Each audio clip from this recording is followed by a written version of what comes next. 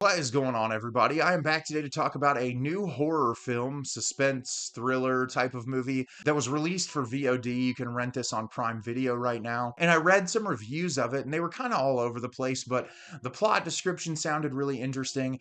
A lot of people compared this to Nightmare on Elm Street without a Freddy Krueger character, like it was the same type of premise, but you just didn't have that menacing supernatural villain. And I'm a huge fan of Nightmare on Elm Street, and I think the idea of not being able to sleep and having to force yourself to stay awake is a really horrifying concept because sleep is something that's so comforting that like every human being needs, and to have that stripped away from you and to have to try to survive that is a really horrifying concept. So whenever there's movies surrounding that, I always try to watch them.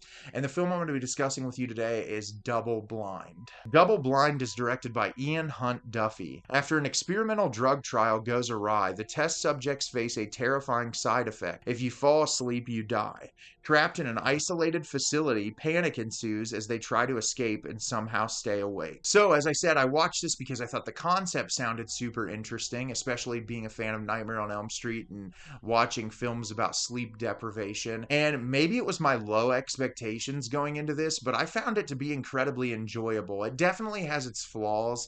It's not a perfect movie by any means, and because things like Nightmare on Elm Street exist, it's not like you haven't seen this before, but I think there's a lot of creativity in the presentation, and I also think that they do a really great job building suspense early on in the film and really making you as a viewer uneasy throughout the entire runtime of the movie, and I'm excited to tell you about it today. So the beginning of the film, we're introduced to Claire, played by Millie Brady, and she's in this room with these other people, and she is starting a clinical pharmaceutical trial where she's going to be paid a specific amount of money for staying for a couple of days and testing this drug. And no one in the facility knows what the drug is going to do or how it works. It's really just you're taking this pill and they're going to watch the side effects and what happens to you. And this is a double blind test. So the doctor that is running the test has no idea what the drugs are doing as well. She's only told how much to give them and how much to regulate and what to look for.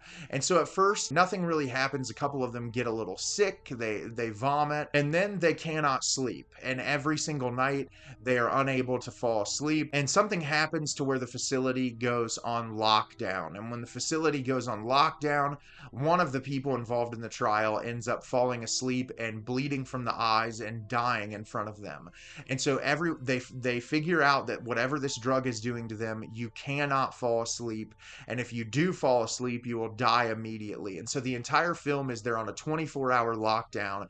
They're trying to wait out this 24-hour lockdown so they can escape the facility. And while doing that, they have to attempt to stay awake so they don't die. So as I said, I thought this movie was really entertaining and really well made. It's not anything super new. I mean, you've seen this concept before, but I think what really makes this movie work well is the way that it builds tension. I've seen a lot of complaints about this movie saying the characters are relatively hollow, and I would agree. I don't think that there's anything super deep about any of these characters.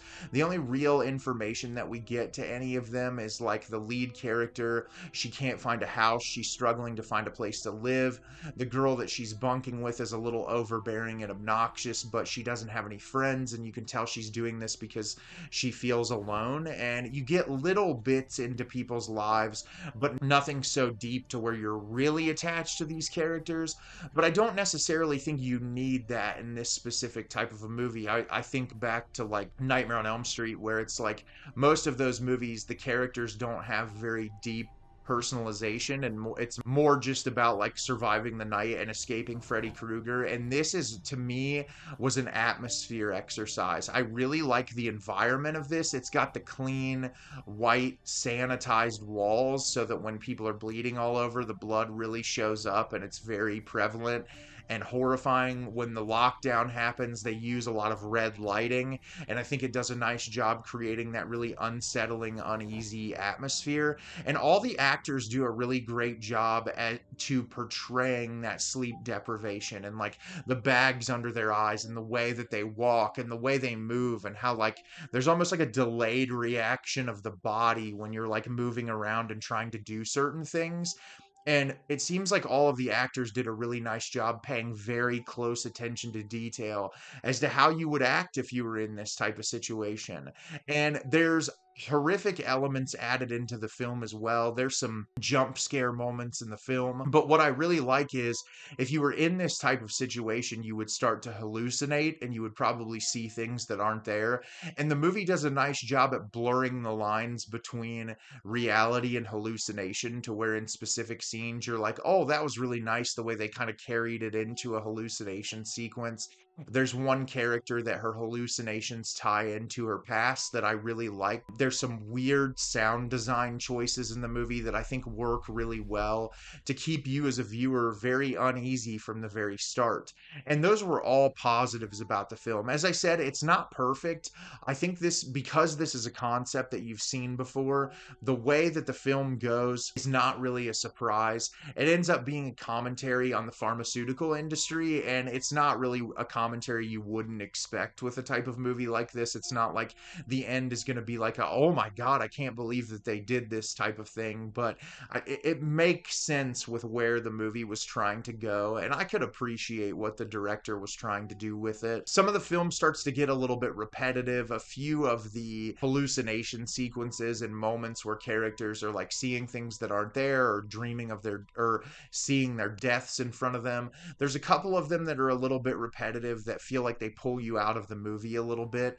But overall, I found this to be pretty enjoyable, and it's really short. It's only like an hour and a half, and I was entertained and on the edge of my seat. And I think if you're looking for like a suspense horror thriller that's like a bottle movie in one location with some pretty strong performances, I think that you'll enjoy Double Blind. So have you seen Double Blind? Did you love it? Did you hate it? Leave me a comment down below and let me know what you thought. I thought this movie was incredibly entertaining. I didn't expect a whole lot from it, and while it's not perfect, it's still worth your time watching. As always, if you can like the video and subscribe to the channel, helps me out a lot and lets me know the type of content you're looking for. I'm always putting out new material and look forward to getting more out for you in the near future. And as always, everyone, thank you so much for watching and have a great rest of your day.